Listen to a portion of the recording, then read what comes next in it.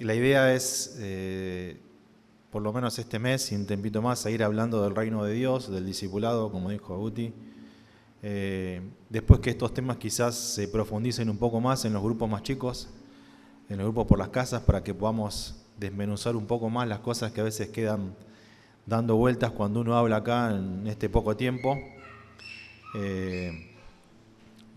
No es mi idea hablar acá mucho tiempo, sino explayarme con la idea principal y después cada uno puede meditarlo y si tiene la posibilidad de anotar alguna duda, recurra a su grupo casero o a la persona que tiene para consultar estas dudas, para explayarse un poco más en algunos temas que seguro siempre quedan algunas cosas por hablar.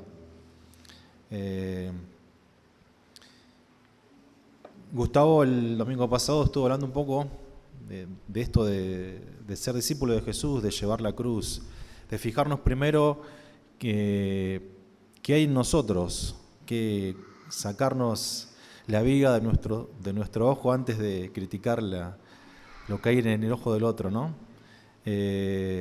Nos invitó a hacer el ejercicio de preguntarle a la persona que está con nosotros cómo somos. A los que estamos casados, preguntarle a nuestra esposa, o a nuestros hijos, o a nuestros amigos, qué es lo que ven mal en nosotros o lo que ven que estamos haciendo mal. Como un ejercicio para, no para pelearnos o discutir, sino para uno hacer una reflexión, decir, bueno, a ver, quizás yo creo, como dijo Gustavo, que estoy bien como estoy haciendo las cosas bien y los demás piensan todo lo contrario de mí. Dicen, no, mejor no le digo nada porque no se puede hablar con él o es un orgulloso. Entonces es un buen ejercicio preguntar a la gente que nos rodea qué es lo que ven nosotros y aceptar eso, no como crítica, sino como algo constructivo para que uno pueda trabajar en esa área en que los demás ven que fallamos.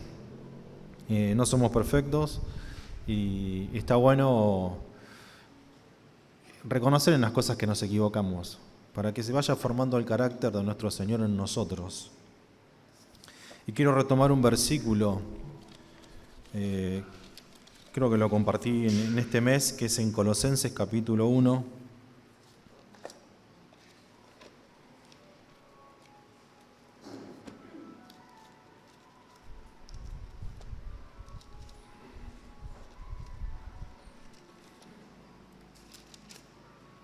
Voy a leer 12 y 13.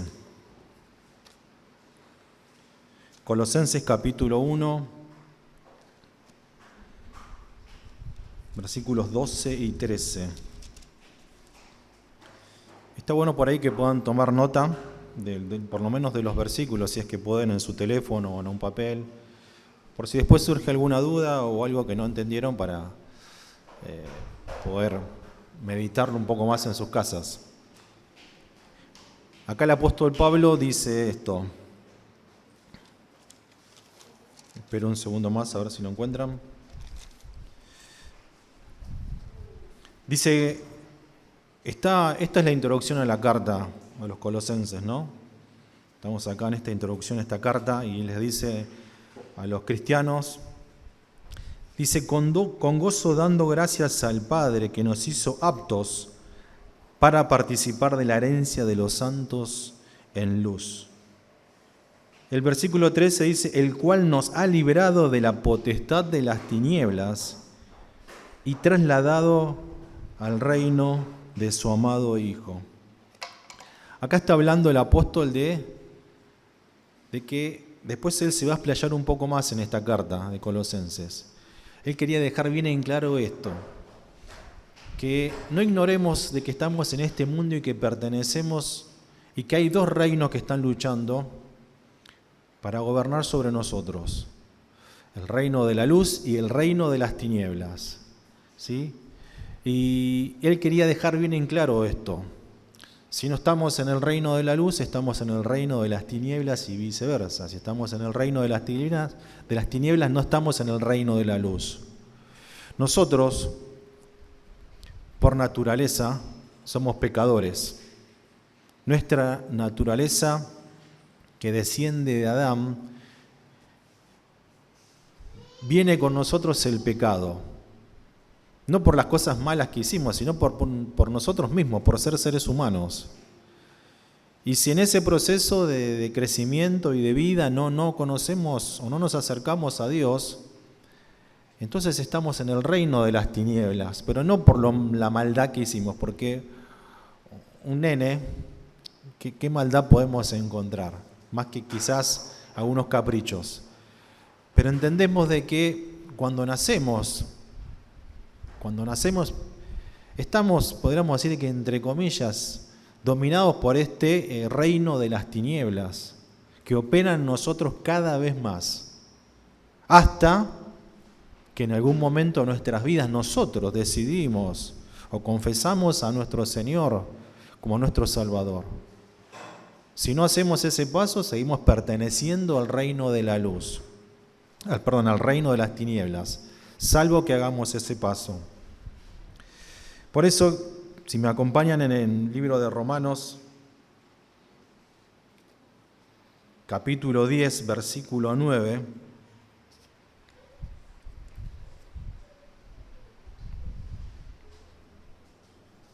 no estaba viendo, pero no. Reina Valera, sí, voy a usar Reina Valera. O quizás NBI, pero bueno, Reina Valera está bien.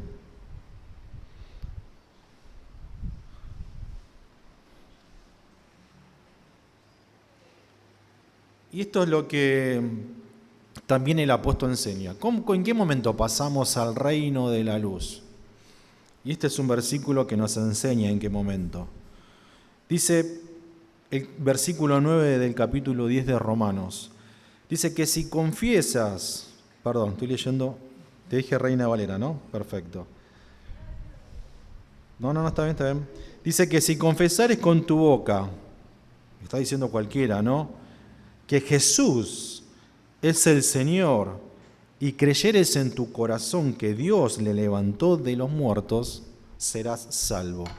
Este es el momento clave que pasamos de un reino a otro. ¿Qué nos hace pasar del reino de las tinieblas al reino de la luz? Y en algún momento confesar, o sea, creer esto y confesarlo con nuestra boca delante de otra persona. Sí, creo en el Señor Jesús, creo que es el Hijo de Dios, creo que murió y resucitó. Si hacemos esta confesión de fe, entonces dice la palabra que vamos a ser salvos. Entendemos que en ese momento es como el primer paso para entrar al reino de la luz. Estábamos en el reino de las tinieblas. Por más buenas personas que nos consideremos, estábamos en el reino de las tinieblas hasta el momento en que confesamos al Señor Jesús como el dueño de nuestras vidas, como el Hijo de Dios. Paso siguiente nos manda la palabra que tenemos que hacer otro paso de fe delante de las personas que entendemos que es el bautismo. El bautismo es eso que entendemos que morimos a nuestra vieja naturaleza y nos levantamos como una persona nueva. Entramos en la familia de Dios. Confesar con nuestra boca, hacer un acto que es algo espiritual y también como un testimonio delante de las personas que decido morir a mi viejo yo y levantarme como una persona nueva en Cristo Jesús. Eso representa el bautismo. Y esos pasos nos llevan a decir, sí, puedo decir fehacientemente que soy hijo de Dios. Puedo decir fehacientemente que estoy en el reino de la luz. Parece algo muy sencillo, pero es algo muy poderoso. Y es lo que creo que todos enseñamos y nos han enseñado. Confesar a Jesús como el Señor de nuestras vidas. Para nosotros mismos, delante de Dios y delante de otras personas. Y leyendo este pasaje, como que marqué algunas palabras claves en este versículo, ¿no? Como una palabra que marqué ahí clave es confesar. Jesús, Señor, salvo o salvación. Esas 4 palabras las resalté de este versículo. Confesar, Jesús, Señor y salvación. Es como el alma de este versículo. Y de esas 4 palabras me quedé por lo menos hoy con una. Es el tema de Señor. confesar a Jesús como nuestro Señor. Y esta palabra que muchas veces la hemos hablado de qué significaba esto de Señor en la Biblia, es que Jesús sea el dueño de nuestra vida, que sea lo máximo que tenemos en nuestra vida, que sea la persona, el referente al que le entregamos todo lo que somos y todo lo que tenemos, todos nuestros proyectos, todos nuestros logros, nuestra familia, nuestro trabajo, nuestra economía, nuestro matrimonio, nuestros hijos. Jesús es nuestro Señor, es la persona que tiene que intervenir en cada situación de mi vida, en mi vida familiar, en mi vida matrimonial, en mi economía, en mi trabajo, en mi estudio. Jesús es el Señor de todo lo que yo soy y de todo lo que yo tengo. Él es mi punto de referencia, Él es mi norte a seguir. Jesús, ¿qué me enseña Jesús? Esto que estoy haciendo, ¿lo estoy haciendo para Jesús? Este proyecto, este plan, ¿mi familia está siendo enfocada para seguir al Señor Jesús, para seguir los planes de Dios? Entonces, esta confesión que se hacía o que hicimos o que tenemos que hacer, no sé si todos la han hecho, es decir, sí, creo, no solamente que creo en Jesús, como esa persona, ese personaje histórico que podemos comprobar, sino que creo que es el Hijo de Dios. Y yo lo confieso como el dueño, como el rey de mi vida. Eso es lo que este pasaje encierra. Yo paso a ser esclavo del Señor Jesús. Paso a ser súbdito de este rey que gobierna toda mi vida. No puede haber un aspecto de mi vida que Él no pueda intervenir en nosotros. Entonces parece algo muy sencillo, pero es algo que tenemos que meditar. Él es el dueño de todas las cosas. Él tiene que intervenir en todo lo que yo hago. Yo tengo que reflejar el reino de Dios en todo lo que hago. En mi manera de hablar, en mi manera de trabajar, en mi manera de socializar. Si hay algún aspecto en mi vida que no estoy reflejando lo que sería la imagen de Jesús, de Dios en mí, hay algo que yo estoy fallando. Entonces, realmente Dios no está siendo el dueño de mi vida.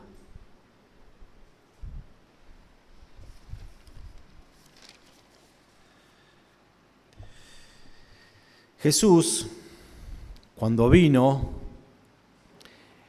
que se tomó su tiempo, Él se puso a predicar y se puso a hacer dos cosas principalmente. Se puso a contar esta buena noticia de que el reino de Dios se había acercado a las personas, a todos nosotros. Que Dios tenía un plan para la humanidad. Y siempre hemos hablado, o creo que la mayoría hemos escuchado esas dos palabras, que es querigma y didaqué. Que Jesús era el Logos, Jesús es la palabra viva. Jesús era las dos cosas al mismo tiempo. Él era el querigma y era el didaqué. Él era todo. Todas las cosas, dice la palabra, que se sustentan por la palabra de su poder. Todo lo que vemos desde el principio de la creación, Dios, Jesús, interviene. Y todas las cosas se mantienen por este poder que tiene su palabra, que es nueva. Él vino a enseñarnos, a revelarnos que Dios tiene algo para nosotros. Que Él quiere que pertenezcamos a este reino, que es el reino de la luz. Que Él es el Hijo de Dios.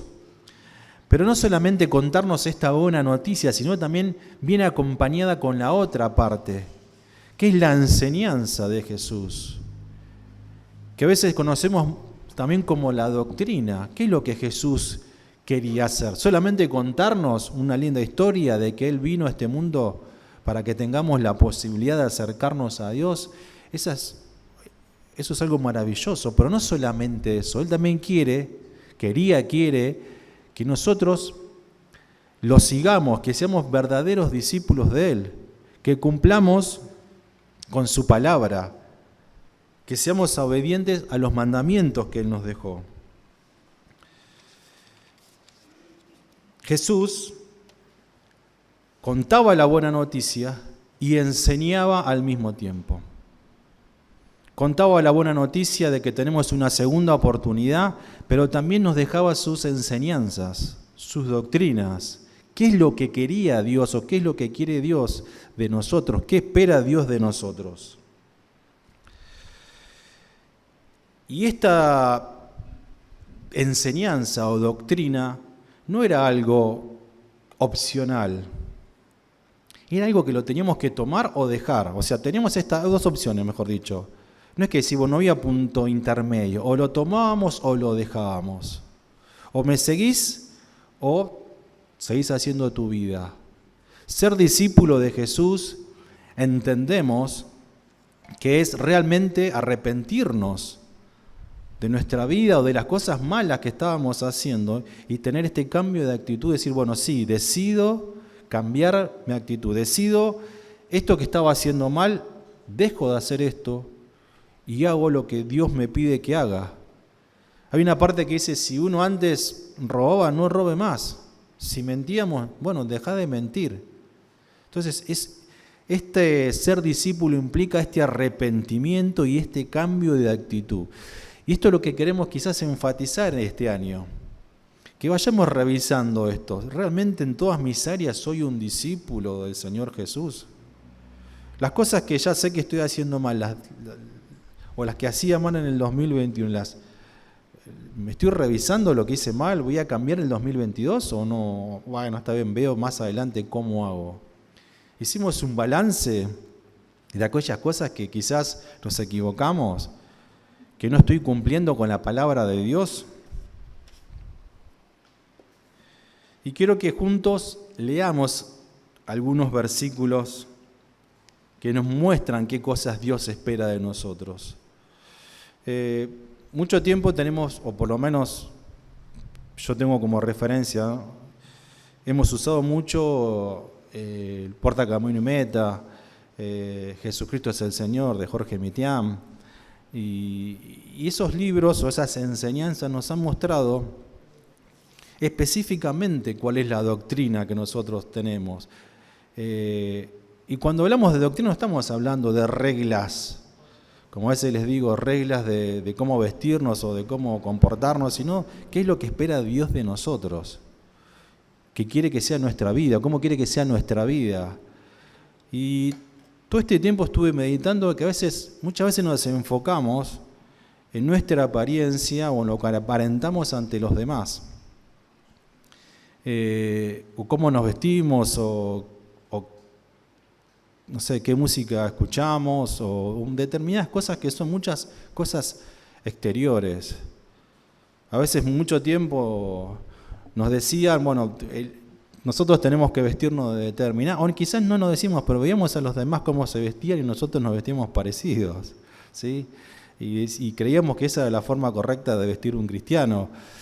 Y muchas otras cosas que a veces son importantes en determinada situación, pero no implican una vida cristiana pura o sincera. Yo puedo aparentar una cosa en mi forma de vestir, pero quizás por dentro soy un desastre. Estoy haciendo todo lo contrario a la voluntad de Dios. Y a veces mucho tiempo nos fijamos en lo externo, en cómo hablo. Quizás soy amable con la gente que me conoce solamente los domingos o momentáneamente en el trabajo, pero quizás después en mi casa no soy esa persona tan amable que soy en el trabajo o con mis amigos. Soy una persona que en mi casa se enoja o discute o maltrata a los hijos o a la esposa o viceversa. Entonces lo externo no tiene valor. Si en mi vida diaria no cambio mi carácter, no cambio mi forma de ser. Y a veces nos hemos acostumbrado a cumplir con ciertos rituales o cosas en las cuales aparentamos ser cristianos, pero no hemos llegado con profundidad a cambios que realmente reflejen la vida de Jesús en nosotros. Y me pongo yo como en primer lugar, ¿no? Nos hemos equivocado en eso. A veces hemos creído que, bueno, con tal de ir los domingos a la reunión, no importa lo que sea, bueno, ya estoy justificado para el resto de la semana. Y a veces condenábamos a muchas personas porque no venían los domingos. Y a veces los que iban los domingos después los encontrabas en la semana y eran una persona totalmente diferente, que no reflejaban a Jesús. Entonces, me pasó en muchos casos que yo había personas que los veía los domingos, eran súper amables, buenos, hablaban de Dios, y a veces cuando nos juntábamos a jugar a la pelota, yo me asustaba. Decía, pero esta persona, hasta algunos me han insultado jugando a la pelota, que uno a veces se pega una patada de más o se empuja, y eran personas totalmente diferentes. Y yo cuando estaba en la iglesia, que era más chico, decía, no entendía. No es que lo juzgaba, decía, no entiendo, ¿cómo es esto? No entiendo. Era una persona el domingo y cuando los encontraba una semana era otra persona. Digo, ¿cómo puede ser esto? Y después, eran personas que a veces tenían cierta grado de responsabilidad o injerencia en otras personas que influenciaban. Yo digo, ¿cómo puede ser? ¿Será que la vida cristiana es así? ¿Será que es esto nomás y yo en la semana puedo hacer lo que quiero? ¿O será que puedo tomarme ciertas libertades? Total, no pasa nada, el domingo pido perdón por mis pecados y ya está. Y no es así. No es así. Nuestra vida cristiana tiene que ser una vida de todos los días, en la que reflejo al Señor Jesús, en la que reflejo lo que soy el domingo, lo tengo también ser en la semana. Tengo que ser sincero, tengo que mostrarme como soy. ¿Puedo vestirme un poquito mejor el domingo, arreglarme, peinarme diferente, sacarme los aros? Pero eso no cambia nada, lo que tiene que cambiar es lo que hay adentro de nosotros. ¿Sí? Mucho tiempo me acuerdo que cuando era adolescente me quería poner un aro y mis padres me decían, no. ¿Y por qué no? Como me quería hacer otras cosas y a veces me dejaba el pelo largo, me decían, no, te tenés que cortar el pelo. Y yo luchaba con él, pero ¿qué hace el pelo largo? ¿Qué tiene? Yo lo veía como algo que me gustaba, era la moda. Y he tenido el pelo largo, los que me conocen de adolescente me he dejado el pelo larguísimo. Y quiero como una forma también de rebelarme a la autoridad. Decir, ¿por qué me tengo que cortar el pelo? Y cuando ya no podía más, lo que hacía me iba al otro extremo. Me rapaba toda la cabeza. Me decía, bueno, ¿quieren que me corte el pelo? Bueno, listo. Me rapaba la cabeza. Porque había cosas que no terminaba de entender dentro de la iglesia. De algunos hermanos que los domingos se vestían de traje y en la semana no eran del todo cristianos. Y yo como que me encontraba, y más uno cuando es adolescente está en esa lucha de decir, bueno, de ciertas cosas que uno se opone, ¿no? Pero más allá de esas rebeldías temporales, después uno va, gracias a Dios hemos tenido buenos referentes como Quique y Laura que nos han guiado mucho tiempo en nuestra adolescencia, que han servido de guía para nosotros, para ubicarnos un poco en este cuerpo de Cristo. Porque a veces necesitamos esa contención de otras personas que han transitado el camino, que han tenido otras experiencias, que nos han enseñado que no somos perfectos, que Dios nos ve perfectos o santos a través de Jesús, de su obra, no lo que somos exteriormente.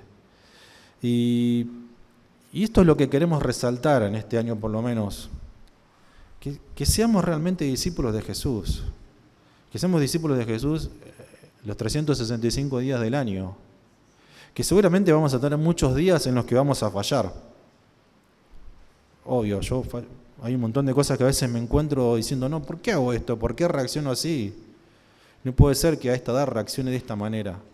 O hay ciertas cosas que me molestan y no las puedo controlar. Pero si yo trato solamente de solucionarlo con mis propias fuerzas, estoy en el horno. Tengo que buscar la guía del Espíritu Santo, tengo que buscar la palabra de Dios que me diga qué es lo que tengo que hacer.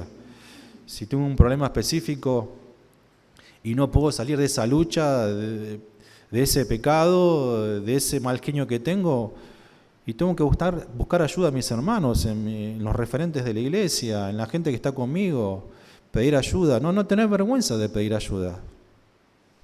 Ese es el gran problema que tenemos los cristianos. Nos cuesta pedir ayuda, reconocer en las cosas que nos equivocamos. Decir no. Sí, la verdad que sí, soy de un carácter malísimo. Contesto mal, como decía, lo tomo a Guti que se puso de ejemplo el domingo pasado, que sus hijos le reclaman que él les habla mal cuando está un poco enojado. Y a mí también me han dicho lo mismo, yo lo reconozco. Me dicen, no, vos cuando te enojás también, hablas mal, me dicen.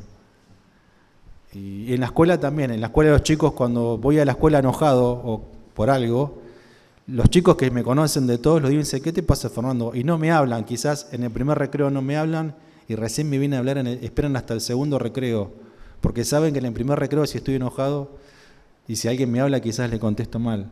Entonces como ya me conocen, me dicen, no vinimos en el primer recreo porque nos dimos cuenta que estabas enojado. Y yo digo, qué vergüenza, por adentro pienso, qué vergüenza que los chicos se den cuenta que estoy enojado y esto afecte mi relación con ellos o mi entorno de trabajo. Y muchas veces ellos me he sentido vergüenza de reconocer que sí, estaba enojado por algo y se me nota, obviamente se me nota en mi cara y en mi forma de hablar. Y a veces le pido al Señor Jesús que digo, no, Señor, por favor, ayúdame, no puede ser que me enoje y se me note enseguida en la cara, algo tengo que hacer, no para engañar a nadie, sino para decir, no puedo afectar así, tengo que ser diferente. Si ellos se dan cuenta, entonces hay algo que está mal en mí, que tengo que cambiar. Amén. Quiero leer varios versículos. Perdón, Belén, te voy a bombardear de versículos. Vamos primero a Mateo capítulo 22, versículo 39.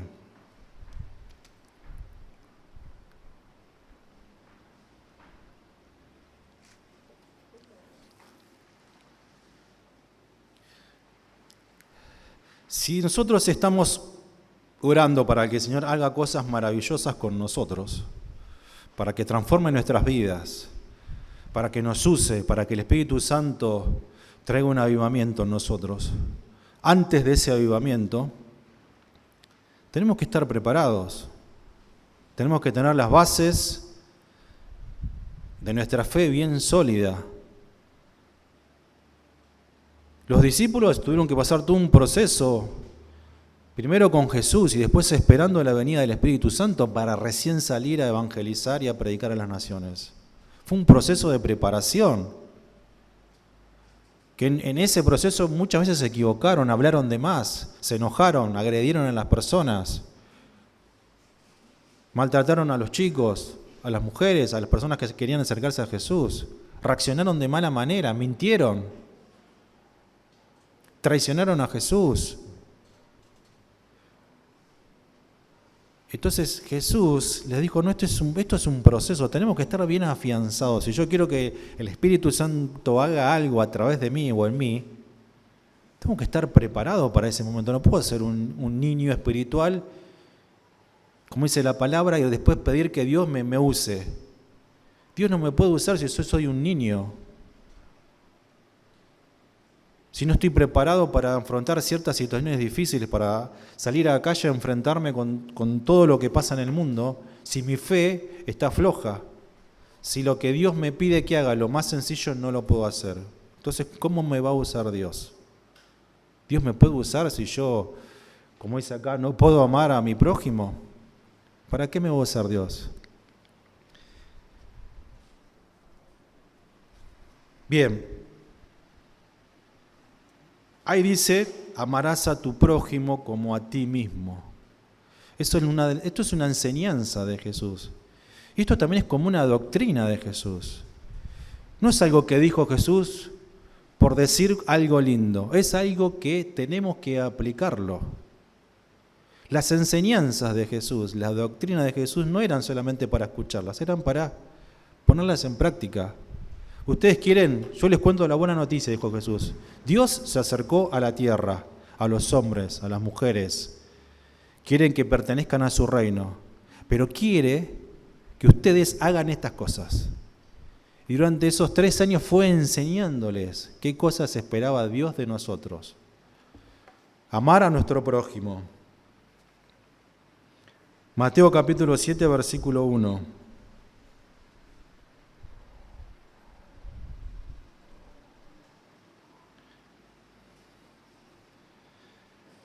No juzguéis para que no seáis juzgados. No juzguen a los demás si ustedes no quieren ser juzgados. Cosas sencillas que son muy poderosas.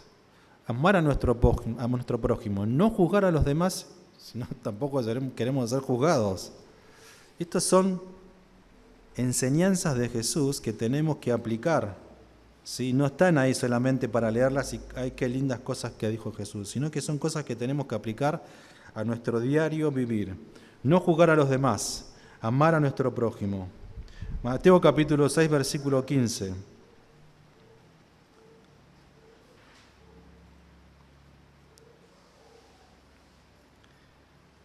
Dice, mas si no perdonáis a los hombres sus ofensas, tampoco vuestro Padre os perdonará vuestras ofensas. Simple y llano así. Esto nos enseña Jesús. Esto es lo que Dios espera de nosotros. Si vos querés que Dios te perdone tus ofensas, bueno, vos perdonale también las ofensas a los demás. Perdoná a las otras personas que te hicieron mal. Efesios capítulo 6, versículo 11.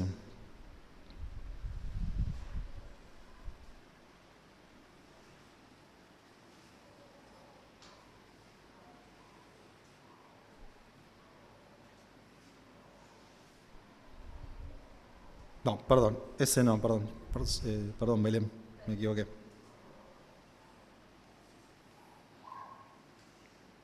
Dice Romanos capítulo 13, versículo 1.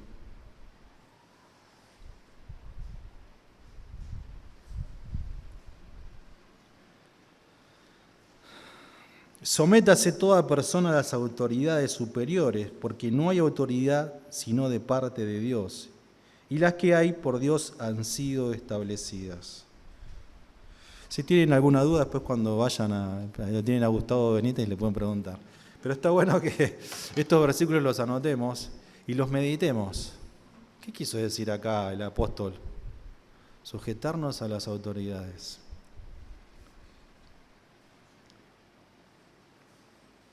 A ver si ahora no me equivoco, Belén, espera, ahí te digo, me lo voy a confirmar. Efesios capítulo 6 era versículo 1, ¿no? Yo te dije versículo 11, ¿no?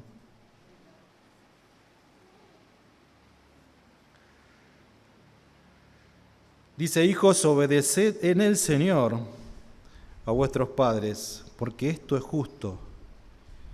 Y el versículo 2, ya que está, lo leo, dice, honra a tu padre y a tu madre, que es el primer mandamiento con promesa. Yo sé que esto es difícil. Yo cuando era adolescente, esto me costó mucho a veces. En una época, obedecer a mis padres. En una época estaba muy en contra de lo que ellos me decían y de lo que ellos me pedían a mí. Pero gracias a Dios, mis padres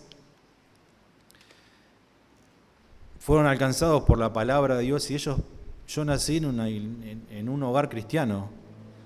Y a pesar de sus errores, que muchas veces discutí con ellos y por un montón de cuestiones, a pesar de sus errores, y yo también como papá me doy cuenta que he tenido miles de errores, ellos en el amor del Señor querían lo mejor para mí. En lo que entendían de la palabra de Dios me lo transmitían a mí, quizás con algunas limitaciones, como yo también las tengo como padre, como entendimiento de lo que hay que cumplir de la palabra de Dios. Pero dentro de lo que dice la palabra de Dios trato de corregir a mis hijos. Y mis padres también hicieron lo mismo conmigo.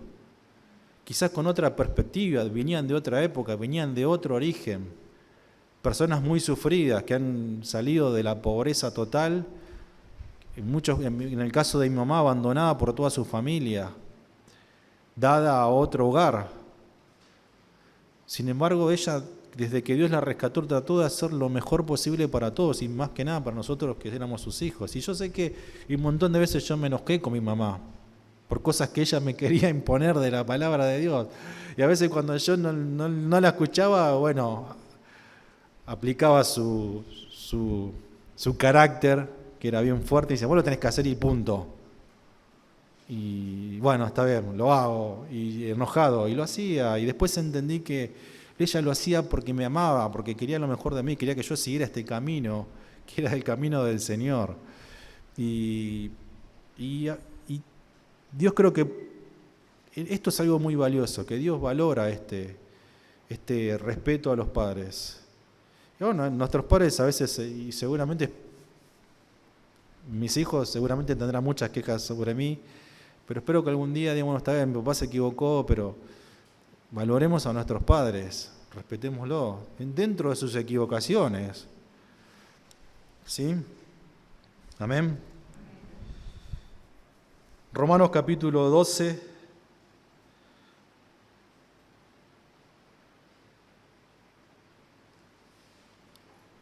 Perdón, 12:15.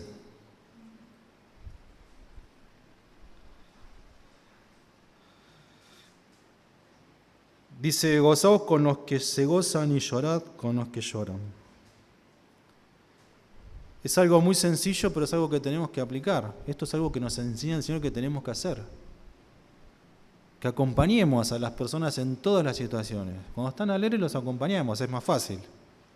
Pero cuando están tristes y están pasando por momentos difíciles, también ahí tenemos que acompañarlos también. No solamente en los momentos buenos, tenemos que acompañarlos también en los momentos difíciles. Esto es un mandato de parte del Señor. Romanos capítulo 13, versículo 1. Perdón, ese ya lo dije, ¿no? Sí, perdón. Mateo capítulo 5.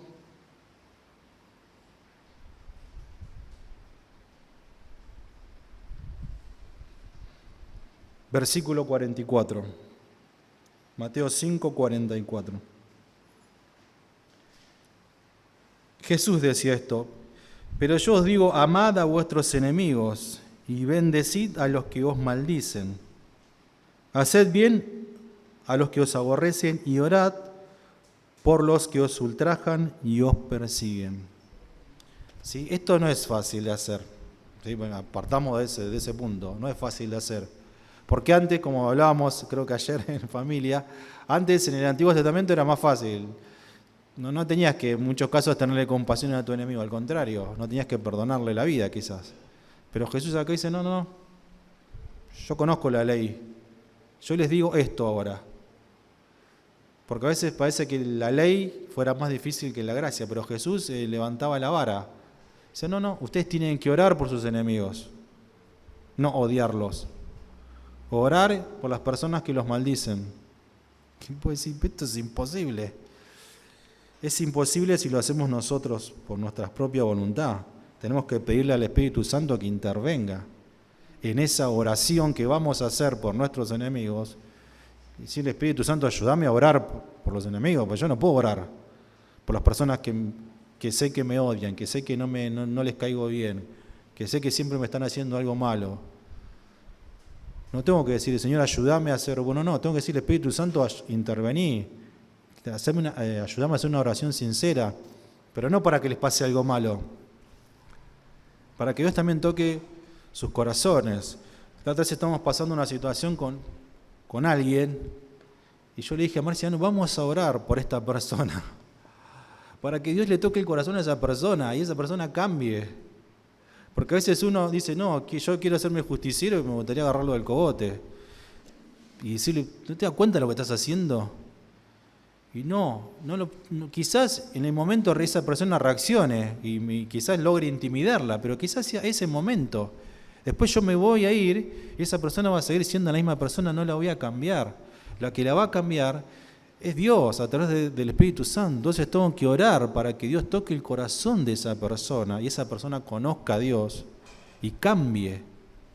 Eso es lo que Jesús quería enseñarnos acá. Vamos a orar por los enemigos, vamos a orar por ellos. Quizás Dios lo tiene en sus planes y va a tocar, o quizás Dios va a intervenir para que esa persona no siga haciendo más daño del que está haciendo. Después estará en la voluntad de Dios si esa persona va a pertenecer a nuestra familia del reino de Dios o no. Ojalá que sí, la voluntad del deseo de Dios que todos estemos dentro de esta gran familia. Digo algunos versículos más y no los quiero aburrir. Marcos capítulo 12, versículo 30.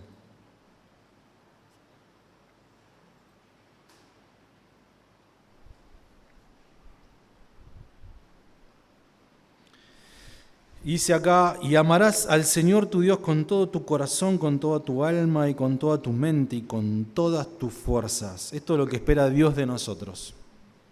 ¿Sí? Esto es un mandamiento. Tenemos que amar al Señor con todo lo que somos, con todo nuestro pensamiento, con nuestros sentimientos, con nuestro ser entero tenemos que amar al Señor. Esto tiene que ser algo que tiene que ser, nuestra voluntad tiene que estar inclinada a hacer esto, amar al Señor. Cuando hacemos algo y esto está presente en nosotros, que amo al Señor, y si voy a hacer algo malo, voy a decir, el Espíritu Santo me va a hablar. Dice, no, estás haciendo algo que no estás amando a Dios haciendo esto. Ahora, si todo el tiempo nos levantamos con este pensamiento, voy a amar a Dios en todo lo que haga, voy a reflejar a Dios, entonces el Espíritu Santo va a hablar a mi conciencia. Bien. Efesios capítulo 4, versículo 25. Estoy haciendo un ping-pong de versículos.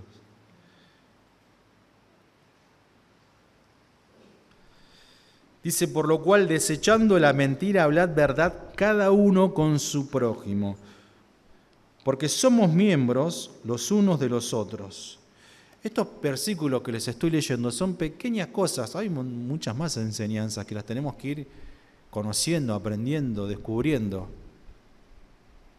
Pero son cosas que las tenemos que, estaría bueno quizás anotarlas, decir, bueno, ¿qué es lo que espera Dios de mí? Y a veces buscamos que Dios nos revele un plan medio rebuscado de lo que queremos hacer, diciendo, bueno, a ver, Dios, ¿qué tengo que hacer? ¿Qué tengo que hacer? Y esto tenés que hacer. ¿Sí? Dejá de mentirle a tu hermano, dejá de ser un mentiroso, dejá de robar, dejá de odiar a tu enemigo. ¿Sí? A veces yo mismo me he encontrado en oraciones que le digo, Señor, ¿qué tengo que hacer? ¿Cuál es tu plan para mí? Y esto, cosas sencillas.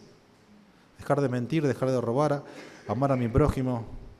Otro versículo dice, esposos amen a sus esposas, hijos honren a sus padres, padres no irriten a sus hijos. Entonces, ahí está. Si no sabes no sabes cuál es el plan de Dios para vos, y bueno, ¿qué es lo que quiere Dios de vos? Yo te digo, estas cosas quiere Dios de vos. Estas cosas sencillas, pero que transforman nuestra vida y transforman nuestro entorno.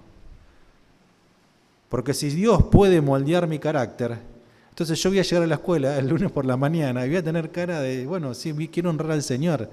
Y no voy a alejar a las personas se van a acercar. Ahora, si las personas saben que soy un malhumorado, ni siquiera se van a... Porque pasa eso, no les pasa en el trabajo. Cuando conocen que hay uno que es un mala onda y está en este lugar y yo voy a ir por el otro lugar, ni lo quiero ni saludar, porque no sé ni lo que le voy a contestar. A veces me pasó muchas veces en el trabajo o en otros trabajos que yo esquivaba a ciertas personas porque no me las quería cruzar, porque no quería responderles, porque yo estaba tan enojado con esas personas que si le respondía le iba a responder algo malo. Y eso no estaba bien. No puede ser que eso me pase. Dios tiene que cambiar esa forma de ser. Yo tengo que influenciar a esa persona. Tengo que preguntar, ¿qué te pasa? Le tengo que contar del amor de Dios. Quizás está atravesando por una situación difícil que afecta a su carácter, su entorno. Y cuando llegamos y cuando nuestra forma de ser cambia, quizás podemos llegar a esa persona. ¿Sí? No devolver mal por mal. Y quiero ir cerrando, así no los mareo con tantos versículos. Pero la idea de hoy por lo menos era esta. Estamos en el reino de la luz. Jesús vino a traer buenas noticias y a enseñarnos qué es lo que Dios quiere para nosotros. Estos versículos que leímos acá son pequeñas o algunas de las cosas que Dios espera de nosotros. Hay muchas más enseñanzas. No son millones, son a unas cientas. Y las tenemos que ir incorporando. Esto es lo que Dios espera de nosotros. Quizás en este 2022 tenemos que ver qué espera Dios de mí, como dijo Aguti. Y quizás que mi carácter sea transformado, que mi forma de pensar sea transformada, que se refleje verdaderamente en mí, que yo soy un hijo de Dios. ¿Sí? Quizás no tenga que predicar, a veces a muchos nos cuesta hablar en público, o hablarle a otras personas, pero cuando ven que hay algo que cambió en nosotros, che, ¿qué onda con Fernando? Antes era un mala onda, pero ahora habla un poco más. ¿Y qué pasó? Y bueno, sí, quizás el Espíritu Santo está orando en mí y me está cambiando. Antes no me sacaba 2 palabras, pero ni por casualidad. Y Dios está trabajando en mí, me está ayudando con este tema. Y me di cuenta que el Espíritu Santo ha ido obrando en mí. Porque a veces esperamos que el Espíritu Santo me transforme del día para la mañana y yo digo, sí, soy una persona nueva, no me importa nada, no afecta a lo que dicen los demás. No, es un proceso, un proceso en el que tenemos que ir madurando. ¿Sí? Las cosas no maduran de un día para el otro. Es un proceso. En algunos es más tiempos, en otros es menos tiempo. Pero es un proceso. También la Biblia nos dice que tenemos que ser pacientes con todos. Tenemos que ser pacientes con todos. Algunos tardan más en aprender lo que Dios espera de ellos y otros tardan menos. Yo siempre lo comparo con la escuela porque trabajo en una escuela. Y a algunos chicos les explicaba las cosas una vez y la entendieron en la primera explicación. Y a otros chicos les tenés que explicar muchas veces y tener mucha paciencia y buscar otras estrategias para que aprendan. Porque tienen otro tipo adquieren el conocimiento de otra manera. A veces quizás adquieren el conocimiento de parte de sus compañeros que ya lo aprendieron. Y uno dice, bueno, y eso lo puedes trasladar tranquilamente a la iglesia. A uno quizás le decís las cosas 20 veces y ¿cómo no aprendió nunca que no tiene que hacer eso? Y bueno, seamos pacientes, oremos por ellos y acompañemos este proceso. Lo que no tenemos que hacer es quedarnos solos. O sea, tenemos que estar en contacto con nuestros hermanos. No hace falta, yo sé que muchos no pueden venir, es complicado venir, pero tratemos de comunicarnos de alguna manera, ¿sí? Porque a veces estar distantes de los unos de los otros hace que nos enfriemos, que creemos que nosotros, así como estamos bien, y no nos damos cuenta. Pero ahora cuando tenemos a nuestros hermanos, a las personas que están con nosotros todos los días, ahí nos damos cuenta de qué cosas nos equivocamos. Si estamos solos, obviamente, si nadie nos molesta, no vamos a reaccionar nunca. Si nadie nos pregunta nada, nadie me va a incomodar. Entonces yo voy a estar bien. Me creo que soy el mejor del mundo. Ahora cuando tengo otra persona a mi lado, y los que estamos casados sabemos de esto, la otra persona nos va a hacer resaltar las cosas que nos equivocamos, o nuestros hijos también nos hacen resaltar las cosas que somos medios. Entonces, ahí me doy cuenta. Ahora cuando estoy solo y nadie me molesta, soy la mejor persona. El tema es cuando estamos acompañados. Y es bueno estar acompañados. Amén. Termino con esto. Mateo capítulo 7, versículo 24. Perdón si los aburrí. Mateo capítulo 7, versículo 24.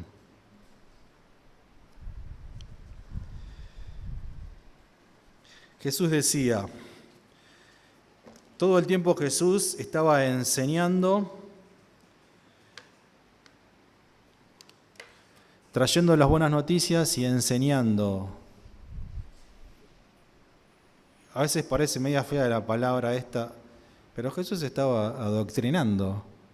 Y no es una mala palabra adoctrinar. Él estaba transmitiendo lo que Dios le decía que teníamos que hacer nosotros. Esta palabra doctrina viene de enseñar, de poner en práctica, de cuál es la voluntad de Dios. Ahora esta palabra de adoctrinamiento está muy distorsionada, lamentablemente por los seres humanos. Pero esta doctrina de parte de Jesús, esta enseñanza, reflejaba lo que Dios espera de nosotros.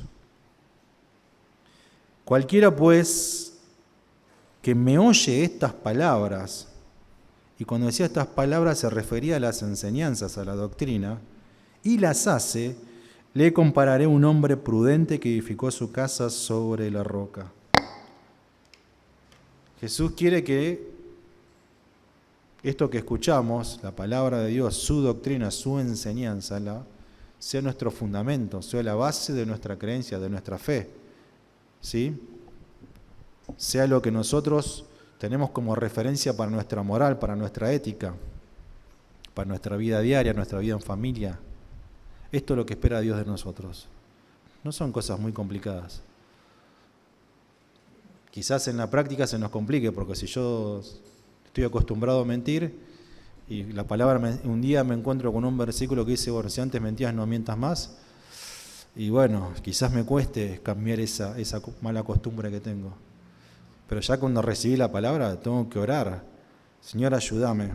Espíritu Santo que está con nosotros, Espíritu Santo, ayúdame a no mentir, a enfrentarme, a decir la verdad, cueste lo que cueste, a tener una vida santa, a vivir una vida en santidad, a ser verdaderos discípulos de Jesús.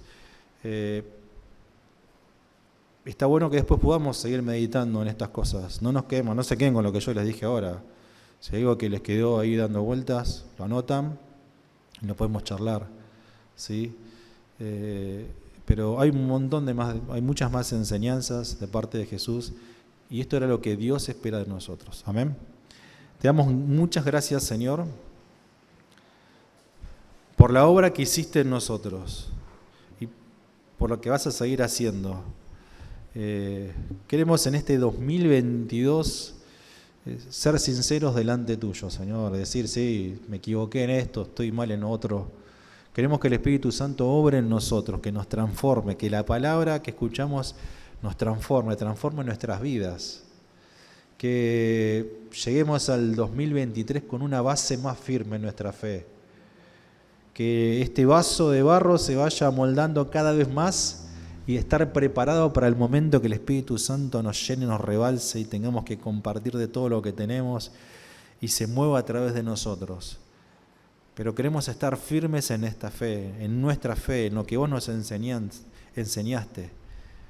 No, que no haya duda, Señor, de que vos sos el Hijo de Dios, de que el Espíritu Santo está con nosotros, de que somos nuevas personas, de que vos nos transformaste, que vos nos regalaste la vida eterna. Señor, que podamos vivir cada día como verdaderos discípulos tuyos. Nos ponemos en tu mano, bendigo a mis hermanos, oramos por las personas que todavía están atravesando por el COVID o por otras enfermedades, en el nombre de Jesús. Señor, proclamamos sanidad, te pedimos por Blanca, Señor, que está atravesando un momento difícil, que vos le des fuerza, que le hagas un milagro en ella, Señor.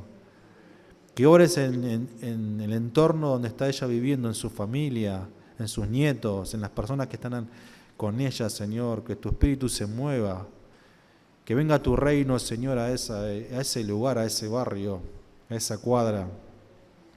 Te pedimos por nosotros que somos tu iglesia, Señor, para que sigamos avanzando, para que nada nos detenga, Señor, para que nuestro carácter sea moldeado, Señor, a lo que vos querés, Señor, que seamos la imagen de Jesús. Que en estos tiempos difíciles, Señor, de tanta confusión, de tanto temor, de tanta duda, tengamos nuestra base firme, que estemos anclados en tu palabra, Señor. Te damos gracias porque sabemos que vos nos acompañas. Ponemos nuestras vidas en tus manos, nuestras familias, nuestros proyectos, nuestros trabajos. Ponemos, Señor, acá a la iglesia, a este lugar de Ricardo Roja en tus manos, Señor. Que vos te sigas moviendo, que sigamos alcanzando a más personas, Señor. Que tu reino no se detenga, Señor. Que nosotros no seamos obstáculos para que avance tu reino, Señor. Elimina todo lo que está en nosotros, que es una carga, que no nos impide avanzar.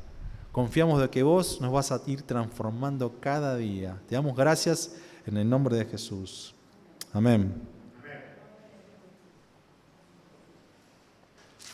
Bueno, que tengan una muy buena semana. Dios los bendiga, los amamos. Que ojalá que podamos seguir viniendo a la iglesia y contagiando a los demás para que podamos seguir estando en comunión. Y nada, bendiciones.